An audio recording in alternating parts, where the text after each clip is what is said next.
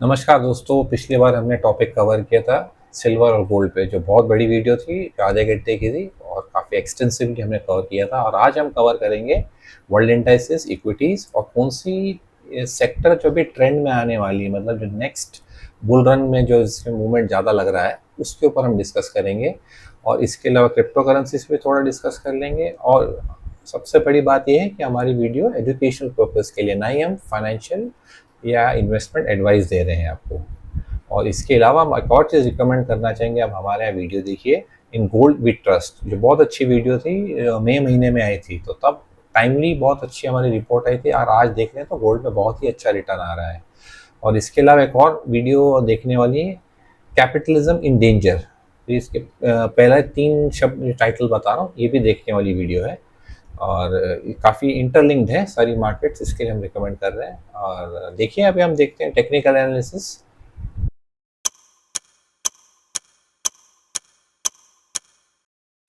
आइए हम शुरू करते हैं अभी। S&P 500 यूएस मार्केट्स की हम बात करेंगे। ये देखिए आप, जापानीज कैंडल पे एक शार्प फॉल, ये न्यूज़ आने पर कि डोनाल्ड ट्रंप टैरिफ लगाएंगे चाइना पर। और फर्दर जो टैरिफ लगने के बाद अभी नए टैरिफ की बात कर रहे हैं, जिस कारण ये न्यूज़ पर गिरा था। ये जो एक न्यूज़ है, परंतु ये टेक्निकल चार्ट्स पे ऑलरेडी बहुत ओवरबॉट था S&P 500, और उसका गिरना अनिवार्य था, मतलब गिरना ही था उसको। और यहाँ पर अगर आप देखिए 50 मूविंग एवरेज चल रहा है, जो मीडियम टर्म सपोर्ट होता है, उसको उसी के पास बंद आया है लगभग। और वीकली बेसिस पे भी देख लेते हैं, तकरीबन वही है, सपोर्ट पे बंद आया है। और मीनिंगफुल करेक्शन तो ABC वेव होता है, जो ये पूरे नीचे से तेज़ी शुरू हुई है, तकरीबन समझो वीकली बेसिस पे गिने तो 5,000 के आसपास है। तो 30% का मूव आ चुका है S&P 500 में। तो ये भी एक वेव नीचे है, एक ऊपर थोड़ा आना चाहिए, फिर वापस दोबारा आना चाहिए ABC वेव, जो तकरीबन 1 महीना यहाँ निकलना चाहिए, जिसके कारण मार्केट ओवरबॉट पोजीशन से नीचे आ सकती है। तो ये रहा S&P 500। उसके बाद हम कवर करते हैं डाउ जोन्स, जिसमें एक बड़ा फॉल हुआ है। सेम पैटर्न, सेम दिख रहा है, 50 मूविंग एवरेज पर बंद आया है। और यहाँ उतना ही नहीं, और प्रीवियस टॉप जो ब्रीच किया था उसका भी सपोर्ट ले रहा है, जो तकरीबन 45,000 का प्राइस रेंज है। और क्लोज आया था 45,479। तो ये रहा डाउ जोन्स। और देख लेते हैं एक बार नैस्डैक को भी। ये भी वही चार्ट दिखा रहा है, और नीचे से अगर हम तेजी गिने तो लगभग ये 15,500 से चल रहा है। तो इसमें भी करेक्शन ड्यू है, तो ABC वेव आना चाहिए। और एक 10% का फॉल ऊपर से गिरना कोई बड़ी बात नहीं, 10 नहीं तो 7-8% का तो फॉल आना चाहिए कम से कम। अगर हम 23,800, सॉरी 22,800 से हम गिने, तो तकरीबन 1,500 पॉइंट का फॉल कोई बड़ी बात नहीं है। तो ये कल आया था, उसमें 600, पौने 600 पॉइंट का फॉल, जो 2.5% गिरा। तो ये रहा नैस्डैक। और एक बार डेली में भी देख लेते हैं, काफ़ी डीप आ गया करेक्शन, बहुत ही अच्छा पैटर्न है। और सपोर्ट बनता है नैस्डैक का लगभग 21711। तो समझ लो थोड़ा बहुत और फॉल है 400-500 पॉइंट का, पर ज़रूरी नहीं कि ये तुरंत आएगा, ये ऊपर जाके जिगजैग करके भी आ सकता है। और एक ये हेल्दी करेक्शन है, हर तेजी में ऐसा होना चाहिए कि ABC एक वेव करेक्शन पैटर्न कंप्लीट करना चाहिए। तो ये रहा, मंथली बेसिस पे भी देख लेते हैं, काफ़ी ओवरबॉट था, वापस नीचे आया है। और एक रसल पे भी देख लेते हैं, जो US मार्केट का स्मॉल कैप इंडेक्स है। डेली बेसिस पे देखें तो इसमें भी वही दिखा रहा है, 50 मूविंग एवरेज के पास सपोर्ट लेने के लिए आ रहा है। वीकली में सेम स्टोरी। तो US मार्केट की मोटा मोटी गेम सेम दिख रही है। एक बार एक कैनेडियन मार्केट देख लेते हैं। हाँ, इसमें अभी बड़ा गैप बाकी है। अगर आप देखो देखो 50 मूविंग एवरेज से काफ़ी दूर है वीकली बेसिस पे भी। और काफ़ी डीपली ओवरबॉट था, मंथली में डीपली ओवरबॉट है। करेक्शन शार्प आएगा कैनेडियन मार्केट्स में, और डेली बेसिस पे भी दिखा रहा है तकरीबन तकरीबन 800-900 पॉइंट का फॉल और आना चाहिए। इतना देख लिया, एक बार हम ऑस्ट्रेलियन मार्केट्स को भी देख लेते हैं जल्दी से। और ये ऑलरेडी करेक्शन मोड में चल ही रहा है, डेली बेसिस पे दिख रहा है। ये देखिए आप, 50 मूविंग एवरेज को पकड़ के चल रहा था, ऊपर गया फिर वापस। तो ये ऑस्ट्रेलियन मार्केट जो कमोडिटी हैवी है, तो ये कमोडिटी को ज़्यादा इंडिकेट करते हैं, जैसे BHP बिलिटन और रियो टिंटो जैसे स्टॉक यहाँ पे लिस्टेड है। और ये वीकली बेसिस पे हमने देख लिया। और एक मार्केट देख लेते हैं एक बार, कोरियन मार्केट काफ़ी डीपली ओवरबॉट वीकली बेसिस पे, मंथली बेसिस पे भी काफ़ी ओवरबॉट है। इसमें भी करेक्शन आ सकता है क्योंकि यूएस मार्केट ट्रिगर करती है करेक्शन के लिए, और प्रीवियस स्टॉक का सपोर्ट भी बनता है यहाँ कोरियन मार्केट के लिए। तो मोटा मोटी हमको ये समझ आ रहा है कि वर्ल्ड मार्केट्स करेक्शन पे आ सकती हैं। एक नज़र जर्मनी पर, जर्मनी मार्केट भी दिखा रही है ये टायर्ड बुल दिख रहा है जो टॉप ब्रीच नहीं कर पा रहा है, और देखो मंथली बेसिस पे आने से बहुत बहुत ऊपर है। तो बहुत चांसेस आए हैं कि इस अक्टूबर महीने में ये इक्विटी बैड परफॉर्म करेगी। इक्विटी मतलब वर्ल्ड इंडाइसिस की हम बात कर रहे हैं। तो अब ये सब हमने देख लिया। एक बार हम अभी निफ्टी पर आते हैं, और निफ्टी के अंदर कौन से सेक्टर जो हमें मोमेंटम ज़्यादा लग रहा है उस पर भी हम बात करेंगे अभी। ये रहा निफ्टी वीकली बेसिस पर। इसमें भी देखो तो कोई बड़ी तेज़ी नहीं है, इंडियन मार्केट अंडर परफॉर्म कर रही है कंपैरिजन टू वर्ल्ड इंडाइसिस। ये वीकली बेसिस पर हमारी मार्केट ओवरबॉट भी नहीं है, तो ज़रूरी नहीं हम यूएस मार्केट के साथ उतना रिएक्ट करें जितनी वर्ल्ड इंडाइसिस करेंगे, बिकॉज वो ओवरबॉट है, वहाँ करेक्शन ड्यू था। इंडियन मार्केट्स में करेक्शन ड्यू हो ही नहीं सकता, परंतु उतना रिटर्न ही नहीं है तो चली नहीं मार्केट, तो फिर करेक्शन का सवाल नहीं उठता। हो सकता है थोड़ा बहुत सिंपैथी फॉल आ जाए, बट कोई मेजर फॉल एक्सपेक्टेड नहीं है। इसका बहुत स्ट्रॉन्ग सपोर्ट बनता है निफ्टी का 25,100 के पास। अगर ये एक बार ब्रीच कर गया 25,650 को, उसके बाद तो ये न्यू ट्रेजेक्टरी पे भी जा सकता है।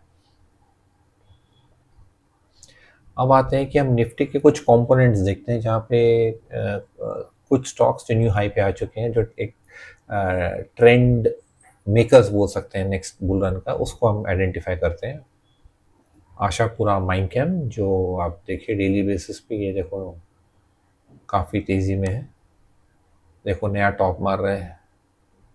उसका लास्ट टाइम दिसंबर 23 का टॉप था 450, उसके बाद नया टॉप बना, फिर ब्रीच किया, फिर ये नया ब्रेकआउट आया था, और ये दोबारा सपोर्ट लेते हुए 480 के बाद अभी 700 पे आया। तो ये दिख रहा है कि माइनिंग सेक्टर में एक तेज़ी दिख रही है।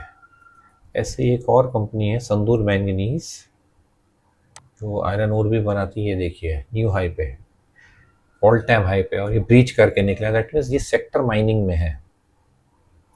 इसके अलावा और देखते हैं हम हिंडाल्को, ऑलरेडी टॉप ब्रीच कर दिया है। 750 का ऑल टाइम हाई था, उसको ब्रीच कर कर सपोर्ट, वो सपोर्ट बन गया उसको लिए, उसका भी आधार पे अपवर्ड ट्रेंड पे है। ये भी एक सेक्टर है जो माइनिंग में आता है, जो एल्यूमिनियम और कॉपर में है। अब देख लेते हैं एक बार हिंदुस्तान कॉपर को भी।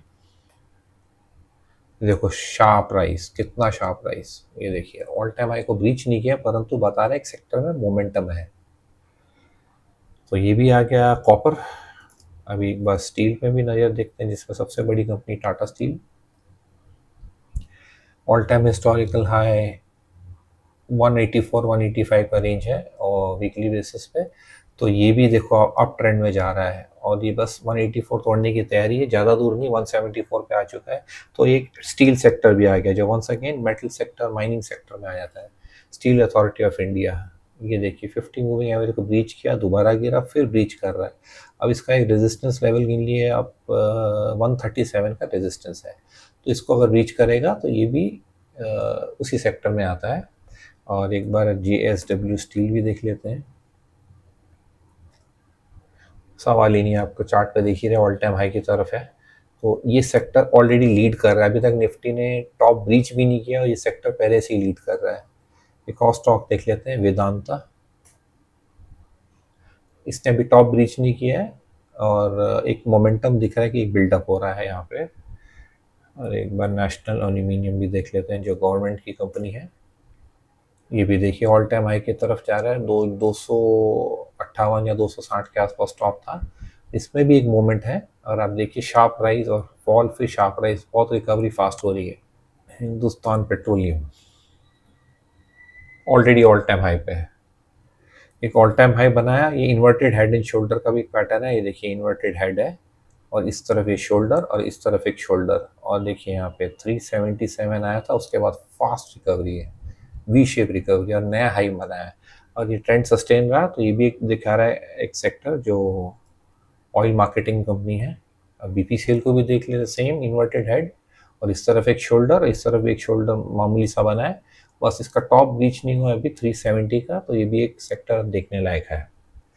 और हमने भी mining, metals, oil marketing company broadly हमने ये कवर किया है। और जो बता रहा है एक सेक्टर जो ऑलरेडी 52 वीक हाई पे जा रहा है, तो निफ्टी का नेक्स्ट लीडर सेक्टर दिख रहा है। और एक बार अभी आते हैं हम क्रिप्टो करेंसी को भी देख लेते हैं, इतना सब दिखा है। इथीरियम काफ़ी शार्प फॉल, ये वीकली बेसिस पे और अच्छा है, ओवरबॉट से नीचे है और करेक्शन है जो नीचे से स्टार्ट हुआ था 1600 से, ये 4800 तक की 5 वेव रैली हुई थी और एबीसी डाउन आ रहा है। अच्छा हेल्दी करेक्शन है, सपोर्ट बनता है लगभग 3870 के पास, उसके नीचे जा चुका है परंतु अभी क्लोज नहीं हुआ, इसका क्लोजिंग संडे को होता है। पर ठीक है, ब्रॉडली करेक्शन हो गया, तो नेक्स्ट बुल रन की तैयारी है इसमें, वो है इथीरियम। देखिए all time high monthly basis पे हम देख रहे हैं 4700-800 ही है मंथली बेसिस पे, वीकली में देखें ऑल टाइम हाई वही 4600। तो अभी जस्ट ब्रीच किया था, पर इंट्रा वीक में तो काफ़ी ऊपर गया भी था, वो गया था 4800। ठीक है, तो ये एक है। और बिटकॉइन पे नज़र मार लेते हैं, जो क्रिप्टो करेंसी का सबसे बड़ा किंग, जो उसका लीडर, वो 16,000 से चला है 1,25,000 के आसपास, ये वीकली बेसिस पे देख रहे हैं। और देखो ये ओवरबॉट भी नहीं है, ये ब्यूटीफुल पैटर्न बन रहा है, इसमें बहुत अप डाउन वेव थियरी के साथ चल रहा है। एक पैराबोलिक राइज नहीं आया है, मतलब अभी भी इसमें काफ़ी जूस बाकी है और काफ़ी सपोर्ट ले लेके चल रहा है। तो ये बिटकॉइन, ये भी सेंटिमेंट के साथ गिरा था, ये नैस्डैक को फॉलो करते हुए देख सकते हैं शार्प फॉल। तो एक ये हमने कवर किया। अभी एक हम डॉलर इंडेक्स को भी देख लेते हैं एक नज़र। ये देखो, ये करेक्टिव फेज में ये इतना बड़ा फॉल है, यहाँ से समझो लगभग 110 का एक लेवल है, वीकली बेसिस पे भी देख लेते हैं 110 का एक लेवल, और ये आया था 97 पे। अभी करेक्शन मोड पे ये 100 हाफ आ सकता है, 101 भी आ सकता है, मोस्ट लाइकली यहाँ दिख रहा है 100 हाफ तक इसकी रिट्रेसमेंट होनी चाहिए। तो बेसिकली बहुत वीक दिखा रहा है, ये जस्ट रिट्रेसमेंट है और कुछ नहीं है। और ये भी एक इंडिकेटर है, ये कॉन्ट्रेरियन इसके चलते हैं मेटल्स, जब डॉलर बहुत वीक होता है तो प्रेशियस मेटल्स और कमोडिटीज़ में बहुत तेज़ी आती है, ये जनरली एक धारणा है, उसको हम फॉलो करते हैं। और एक एल्यूमिनियम में देखो तेज़ी दिखा रही है पूरी, और ये देखो भी डेली बेसिस पे अप ट्रेंड में, ये भी एक कमोडिटी है मेटल, देखो ब्रीच कर चुका है। येलो लाइन को थोड़ा और नज़दीक से देखते हैं, येलो लाइन को ब्रीच कर दिया है और ये अप ट्रेंड में है। ऑयल जैसे हम हमेशा बात कर रहे हैं, अभी तक कोई ट्रेंड नहीं पकड़ा है। सिल्वर, जो लास्ट हमने वीडियो बनाई थी, एक बड़ा टॉपिक कवर किया था सिल्वर और गोल्ड पे, या एक अप ट्रेंड में पैराबोलिक राइज में। सबसे बड़ी फंडामेंटल बात ये करना चाहूँगा कि जब 1980 की तेज़ी हुई थी, जितना दुनिया में गोल्ड अवेलेबल था जो आज अवेलेबल है, तकरीबन गोल्ड सिर्फ डबल ही हुआ होगा 1980 से लेकर और आज तक में, उसकी क्वांटिटी सिर्फ डबल हुई। उस मुकाबले जो पैसा, जो मनी मार्केट जो बोलेंगे, जो पैसा डॉलर टर्म्स में, वो 100 गुना बढ़ा है इकोनॉमी में। तो उस हिसाब से तो गोल्ड में अभी तक कुछ प्राइसिंग ही नहीं हुआ है, और जिस हिसाब से इन्फ्लेशनरी फैक्टर्स को हम डिस्काउंट करें, तो अभी तो ये पैराबोलिक मूव की तरफ जा रहा है, अभी तैयारी हो रही है। तो जस्ट सोचिए कि जब $10 बिलियन की यूएस इकोनॉमी के बजट की बात करते थे, ट्रिलियंस में बात करते हैं हम, ट्रिलियंस बोल रहा हूँ, तो उस हिसाब से गोल्ड सिर्फ जो क्वांटिटी अवेलेबल ऑन ग्राउंड सिर्फ डबल ही हुआ है 1980 और 2025 के बीच में। एक अंदाज़ा है, ये रिपोर्ट्स आपको आप मिल सकते हैं, बट ये एक अंदाज़ा लिया जाता है रफली।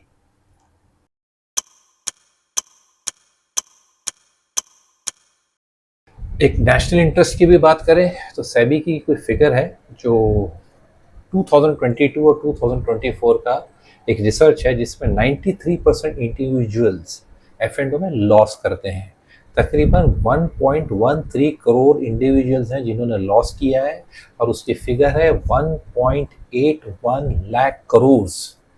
तो कृपया आप एफ एंड ओ मत कीजिए। फ्यूचर एंड ऑप्शन एक वर्ड डेरिवेटिव्स है, ये एक्सपर्ट्स के लिए छोड़ दीजिए, इंडिविजुअल आप नहीं पढ़िए इस सब चीज़ों में। ये एक सेबी की भी रिपोर्ट है, तो रिक्वेस्ट है आप इन्वेस्ट कीजिए, परंतु एफ एंड ओ जैसी चीज़ में ना करिए, क्योंकि ये बता ही रहा है कि हमेशा लोग नुकसान ही करते हैं। तो ये जरा नेशनल इंटरेस्ट की बात हुई, तो हम कंक्लूड करते हैं कि हमने पूरी टेक्निकल एनालिसिस कवर किया है इंडियन मार्केट्स पे और कौन सा सेक्टर जिसमें ज़्यादा मूवमेंट आ सकता है, और एजुकेशनल स्टडीज़ जो हमने पूरी कंप्लीट की है टेक्निकल पे, और काफ़ी चीज़ें एक्सप्लेन भी की हैं सिल्वर एंड गोल्ड जो हमारी लास्ट वीडियो थी। तो ऐसे ही देखते रहिए, बने रहिए, हम आपको ऐसी वीडियो लाते रहेंगे, और सब्सक्राइब करना ना भूलें। नमस्कार।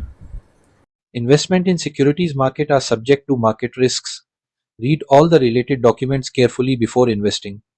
The views expressed on this channel are for educational purpose only. Thanks for watching. आपकी सपोर्ट हमें और बेहतर जानकारी लाने के लिए प्रेरित करती है। लाइक करें, शेयर करें और सब्सक्राइब करना न भूलें। फिर मिलेंगे अगले वीडियो में।